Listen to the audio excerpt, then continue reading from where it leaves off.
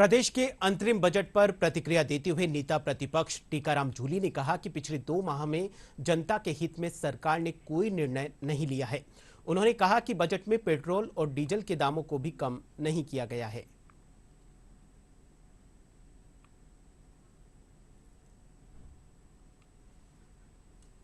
जनता को पिछले 2 महीने में ये पता चल गया है कि जो बड़ी उम्मीदें जनता ने इनसे लगाई थी वो कोई पूरे होने वाली नहीं है। इसके अंदर इनकी एक बहुत बड़ी घोषणा थी डीजल पेट्रोल पे वैट कम करने की, तो ये हरियाणा से कम या हरियाणा के बराबर तो उस चीज को करें ताकि प्रदेश के लोगों को राहत मिल सके। प्रदेश के अंतरिम बजट पर और अधिक जानकारी के लिए बात करते हैं हमारी संवाददाता जया गुप्ता से। जी जया, आज भजनलाल सरकार में दिया कुमारी ने लेखानुदान के रूप में अंतिम बजट को पेश किया है। क्या कुछ विशेष घोषणाएं की गई है? जी जया। जी विकास, आज वित्त मंत्री प्रदेश की जो वित्त मंत्री दिया कुमारी, उन्होंने 4 महीने का लेखानुदान जो है आज यहाँ पेश किया है।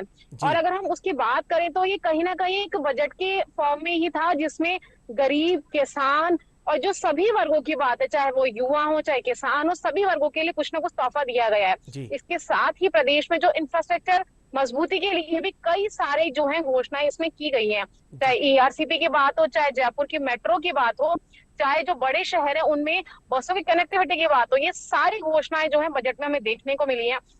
मैं आपको कुछ बड़ी घोषणाओं की बात बताऊं तो अगर बेटियों के लिए जो सबसे बड़ी घोषणा की गई है वो 1 लाख रुपए के बॉन्ड की घोषणा है, जो लाडो सुरक्षा योजना के तहत की गई है। यानी अब जो गरीब परिवार में जो बच्ची पैदा होगी उसके जन्म पर 1 लाख रुपए का जो बॉन्ड है वो सरकार उस परिवार को देगी। तो कहीं ना कहीं गरीब परिवार के लिए काफी बड़ी मदद साबित होगी। इसके साथ ही गरीब परिवारों के, सीमांत किसानों के जो बच्चे हैं उनको केजी से लेकर पीजी तक के यानी पूरी शिक्षा जो है निःशुल्क दी जाएगी। इसमें बालिकाओं के साथ में बच्चों को भी शामिल किया गया है। तो ये गरीब परिवारों के लिए काफी बड़ी योजना है। इसके साथ ही अगर मैं किसानों की बात करूं तो किसान क्रेडिट कार्ड योजना की तर्ज पर जो है गोपाल क्रेडिट कार्ड योजना जो है प्रदेश में लाई जाएगी। इसके साथ ही जो है प्रधानमंत्री नरेंद्र मोदी ने 2047 तक भारत को विकसित राष्ट्रों की श्रेणी में खड़ा करने के लिए अभियान शुरू किया है, तो उसको लेकर इस बजट को आप किस तरह से देखती हैं? विकास, वैसे तो यूं कहें कि अभी 4 महीने का ही खाका है। ये 31 जुलाई 2024 तक का एक खाका अभी तक यहाँ रखा गया है, लेकिन इसमें भी जो दूरगामी सोच देखने को मिली है। अगर हम देखें तो कई बड़े प्रोजेक्ट की यहाँ घोषणा की गई है, जो कि साफ दिखाता है कि सरकार की मंशा काफी कुछ सुधार करने की है। नई जो विकसित भारत की तस्वीर जो हमारे सामने प्रधानमंत्री नरेंद्र मोदी ने रखी है, उसका यहाँ बिल्कुल साफ दिखाई देता है कि उसी तर्ज पर राजस्थान की सरकार भी अपने विकास का खाका रखने जा रही है। बड़े इंफ्रास्ट्रक्चर प्रोजेक्ट की बात यहाँ की गई है, चाहे वो घर से नल से जो घरों में जल आता है उसकी बात हो, चाहे मेट्रो की बात हो। मेट्रो की बात कहें तो जयपुर में जो मेट्रो है वो लंबे समय से वो प्रोजेक्ट यूं कहे कि अटका हुआ ही है। इसका जो बड़ा रूट है सीतापुरा से लेकर अंबाबाड़ी होते विद्याधर नगर तक जोड़ने के बाद इसमें की गई है। ये प्रोजेक्ट पूरा होने के बाद में जो ट्रैफिक की समस्या है कहीं ना कहीं बहुत उसमें राहत मिलेगी। जयपुर वासियों के लिए सार्वजनिक परिवहन सुलभ नहीं था वो सुलभ हो जाएगा। युवाओं के लिए क्या कुछ विशेष घोषणाएं की गई है युवाओं को ध्यान में रखते हुए?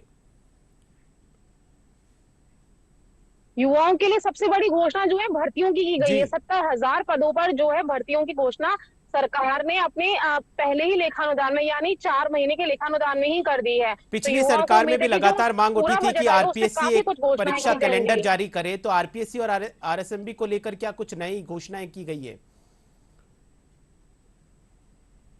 विकास, जो यूपीएससी की तर्ज पर जो आरपीएससी का कैलेंडर जारी होने की हमेशा बात होती है, कहा जाता है कि समय पर भर्तियां पूरी नहीं होती हैं, तो वो भर्तियां समय पर पूरी हो इसके लिए अब जो है आरपीएससी और कर्मचारी चयन बोर्ड उन दोनों के वार्षिक कैलेंडर जो साल शुरू होने पर ही जारी कर दिए जाएंगे, ताकि युवाओं को किसी भी तरह से भर्तियों के लिए परेशान नहीं होना पड़े। इसके साथ ही कई सारे इनोवेशन के लिए भी अटल इनोवेशन सेंटर शुरू किए जाने की भी घोषणा की गई है। इसके साथ ही उन्हें ये कहें कि उनकी बढ़ावा देने के लिए भी कई प्रकार के ट्रेनिंग भी उन्हें देने के प्रावधान किए गए हैं इसमें। जी जया, कुल मिलाकर काफी नवाचार किए गए हैं इस लेखानुदान में। जया जी, बहुत बहुत धन्यवाद हमसे जुड़ने के लिए और जानकारी साझा करने के लिए।